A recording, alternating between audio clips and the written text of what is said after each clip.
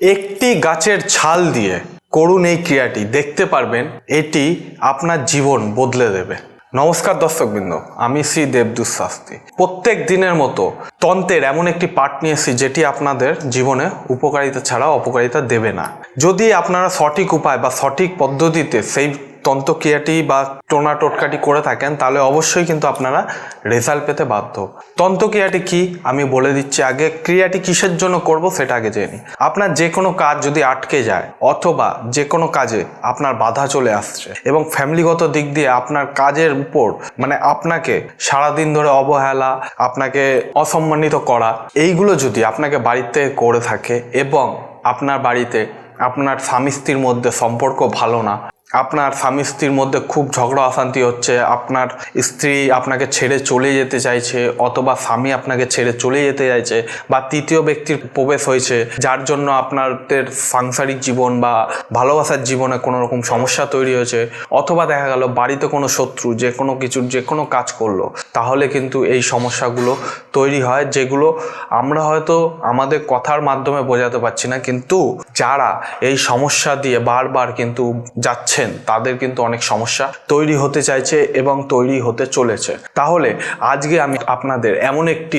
তন্ত্রের মাধ্যমে এমন একটি টোটকা দিচ্ছি যেটি আপনারা যদি করে থাকেন তাহলে অবশ্যই কিন্তু আপনারা রেজাল্টও পাবেন এবং ভালো কিন্তু আপনাদের জীবনে ভালো ছাড়া খারাপ কিছু হবে না। কি করবেন, কেমন করে করবেন আমি বলে দিচ্ছি। প্রথমত, যে কোনো অমাবস্যার দিন বা যে কোনো শনিবার মঙ্গলবার আপনাকে দুপুরবেলায় স্নান টান করে শুদ্ধ বস্ত্রে একটি পেয়ারা গাছের সামনে চলে যেতে হবে। যে পেয়ারা গাছটি পেয়ারা হয় এবং সেই পেয়ারা গাছের ডালগুলো খুব মোটা মোটা, ঠিক আছে, সেই পেয়ারা গাছে দেখবেন অধিকাংশ পেয়ারা গাছের ছাল কিন্তু উঠে উঠে থাকে। সেই ছালগুলোকে আপনাকে সংগ্রহ করে বাড়িতে নিয়ে আসতে হবে। বাড়িতে নিয়ে আসার পর সেই ছালগুলোকে আপনাকে চূর্ণ করতে হবে, গুঁড়ো করতে হবে।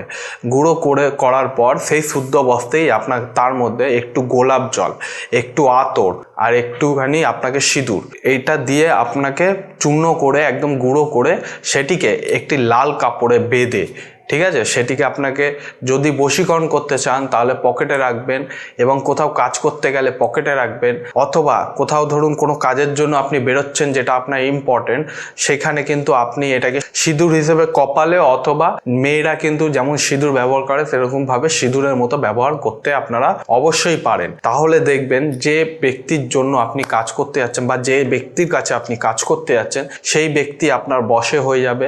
অথবা যে কোনো কাজ, ধরুন বস প্রমোশন দিচ্ছেন, আপনি এত খাটছেন তাও প্রমোশন পাচ্ছেন না, কোম্পানিতে যাচ্ছেন কাজ করছেন কোনো রকম মান সম্মান পাচ্ছেন না, আপনাকে সবাই অবহেলা এবং অবঞ্চিত এবং অসম্মান করছে, আপনাকে সেরকম পাত্তাই দিচ্ছে না, তাহলে অবশ্যই এই কাজটি করে দেখুন, 100% রেজাল্ট পাবেন। অথবা কোনো জায়গায় দেখতে পেলেন যে আপনার স্ত্রী আপনাকে পছন্দ করছে না বা আপনার স্বামী আপনাকে পছন্দ করছে না, আপনি কপালে দিয়ে রাতে তার সঙ্গে কথাবার্তা বললে অথবা সারাদিন যদি কপালে ওই তিলকটি থাকে, আপনাকে সবাই ভালোবাসবে এবং আপনার প্রতি বশীকরণ হয়ে যাবে।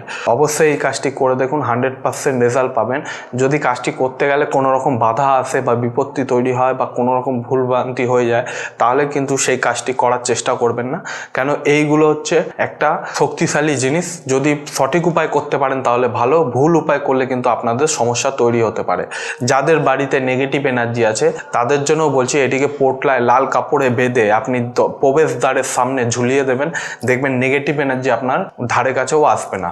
এরকমই যদি আপনি অনুষ্ঠান পেতে যান অবশ্যই চ্যানেলটিকে সাবস্ক্রাইব করবেন, বেল আইকনটিকে প্রেস করবেন, ভিডিওটি স্কিপ করবেন না। ভিডিওটি স্কিপ করলে কিন্তু আপনার জীবনে কিন্তু যদি এই ক্রিয়াটি করেন ভুলভাল হয়ে গেলে কিন্তু এটা যেমন পজিটিভ এনার্জি দিচ্ছে তেমন কিন্তু নেগেটিভ এনার্জি আপনাকে প্রভাবিত করে দেবে, তাহলে কিন্তু সমস্যা তৈরি হতে পারে। চ্যানেলটিকে অবশ্যই সাবস্ক্রাইব করবেন এবং শেয়ার করে দেবেন আপনাদের যে কটা বন্ধু বান্ধব আছে যাদের কাজ হচ্ছে না, বাড়িতে বসে রয়েছে এবং কোথাও কাজ করতে ইন্টারভিউ দিতে গেলে ইন্টারভিউ হয় না, তাদের জন্য অবশ্যই সেটাকে শেয়ার করে দেবেন অনুষ্ঠানটিকে এবং কমেন্টের মাধ্যমে জানাবেন কেমন লাগলো। আজকের অনুষ্ঠান এই পর্যন্ত দর্শক বন্ধুরা, পরবর্তী অনুষ্ঠানে নতুনভাবে আবার আপনাদের মাঝখানে দেখা হবে। জয় শ্রী মহাকাল।